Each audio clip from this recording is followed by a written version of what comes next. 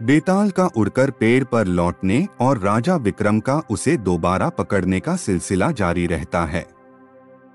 इस बार राजा विक्रमादित्य बेताल को फिर से पेड़ से उतारकर ले जाते हैं। रास्ते में बेताल राजा से कहता है, मार्ग बहुत बड़ा है, चलो मैं तुम्हें एक और कहानी सुनाता हूँ, इसे तुम ध्यान से सुनना। बेताल बताता, एक समय की बात है, गौड़ नाम के देश में गुणशेखर राजा का राज हुआ करता था।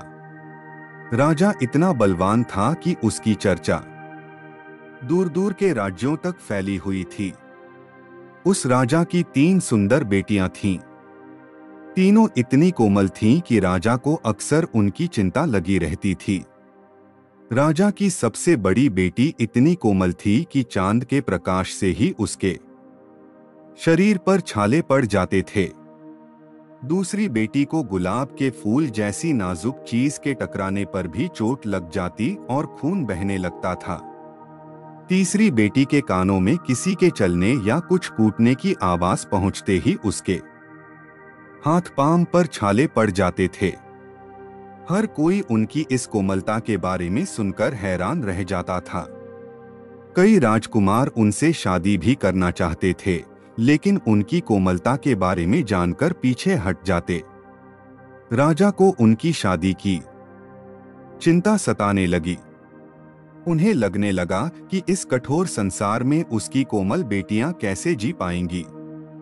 तब राजा ने फैसला लिया कि वो सबसे पहली बेटी को हर दम छाव में ही रखेंगे, ताकि किसी तरह की रोशनी की वजह से उसके शरीर पर छाले न पड़े।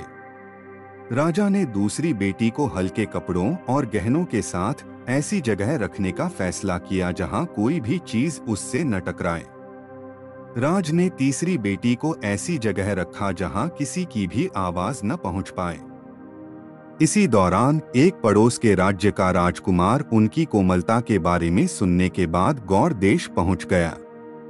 उसने सबसे पहली राजकुमारी के चेहरे को गुलाब के फूल का स्पर्श कराया, जिससे राजकुमारी के चेहरे पर घाव के निशान बन गए। राजकुमार हैरान रह गया। इसके बाद उसने दूसरी राजकुमारी को चांदनी रात में बाहर जाने को कहा, लेकिन जब राजकुमारी ने मना कर दिया तो वो उसे खिड़की के पास ले गया, जहां चांद की रोशनी पड़ रही थी।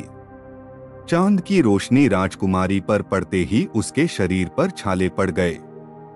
अगले दिन राजकुमार ने सभी लोगों से मसाला कूटने के लिए कहा, जिसकी आवाज सुनकर सबसे छोटी राजकुमारी बेहोश हो गई।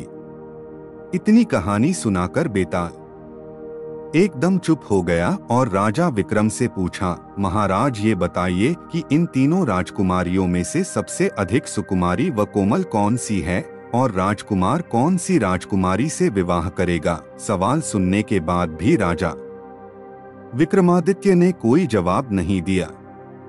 गुस्से में बेताल ने कहा, राजन, जवाब पता होने पर भी आप उत्तर नहीं देंगे तो मैं अपने तेज से आपका सिर धड़ से अलग कर दूंगा। इतना सुनने के कुछ देर बाद राजा बोले, तीसरी राजकुमारी सबसे अधिक सुकुमारी है, क्योंकि बिना कुछ किए ही उसके हाथ पैर पर छाले पड़ रहे थे और वो बेहोश हो रही थी। वो सिर्फ तन से नहीं, मन से भी कोमल है। इसी वजह से राजकुमार सबसे छोटी राजकुमारी से शादी करेगा। जवाब मिलते ही बेताल राजा विक्रम की पीठ से उड़कर फिर से पेड़ पर जाकर लटक जाता है और राजा उसके पीछे पीछे जंगल की ओर भागते हैं। कहानी से सीख, इंसान को अपना मन साफ रखना चाहिए। साफ मन वाले लोग दूसरों के दुख को पहचान लेते हैं।